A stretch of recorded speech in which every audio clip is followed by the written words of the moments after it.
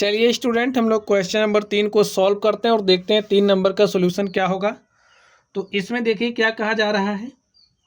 यदि ए और बी तो ऐसे समुच्चय हैं कि ए इज सबसेट ऑफ बी, तो ए यूनियन बी क्या होगा। तो स्टूडेंट, इसको समझने के लिए हम लोग एक एग्जाम्पल का सहारा लेंगे। आप समझिए, हमने एक एग्जाम्पल लिया। हमारे पास समुच्चय ए है और ए जो समुच्चय ए है, इस समुच्चय ए में कुछ अवयव हैं। हमने अवयवों को ले लिया 1 2 3, और अभी आप ले सकते हो, हमने इसको ले लिया है।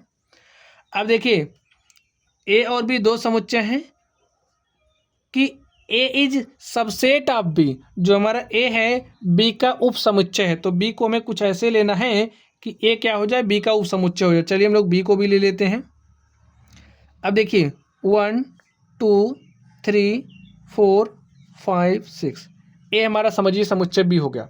अब जब आप इस समुच्चय ए और बी को देखेंगे तो आप पाएंगे कि जो हमारा ए है वो क्या है, उप समुच्चय है किसका, बी का। ए क्या है, उप समुच्चय है बी का। तो यदि ए और बी दो ऐसे समुच्चय हैं कि ए इज सबसेट ऑफ बी, यानी कि अब तक जितना बात कह रहा था आप लोगों ने समझा। चलिए अब हम लोग ए यूनियन बी निकाल करके देखते हैं हमारे पास क्या आता है। तो देखिए ए यूनियन बी क्या हो जाएगा। अब आप समझिए ए यूनियन बी होगा क्या, समुच्चय ए में जितने अवयव हैं सारे अवयवों को आप इसमें लिख दीजिए, समुच्चय बी के सभी अवयवों को लिखिए। हाँ, आपको इस बात का ध्यान रखना है कि किसी भी अवयव की पुनरावृत्ति ना हो। तो चलिए इस बात का ध्यान रखते हुए हम लोग समुच्चय बनाते हैं, ए यूनियन बी निकालते हैं। देखिए यहाँ पर 1 2 3 है तो हमने 1 2 3 को राइट कर दिया। देखिए यहाँ पर भी 1 2 3 है तो हम लोग 1 2 3 को नहीं लिखेंगे, उसके आगे जो बच रहा लिख दीजिए 4 5 6।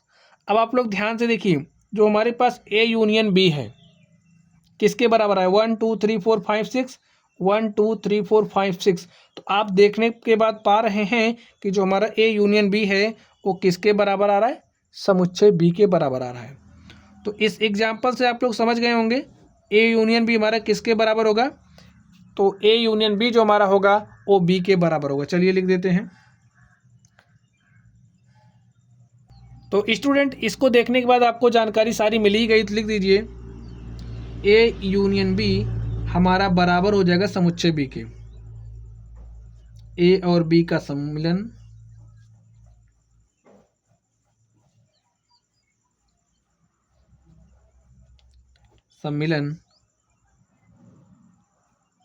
समुच्चय बी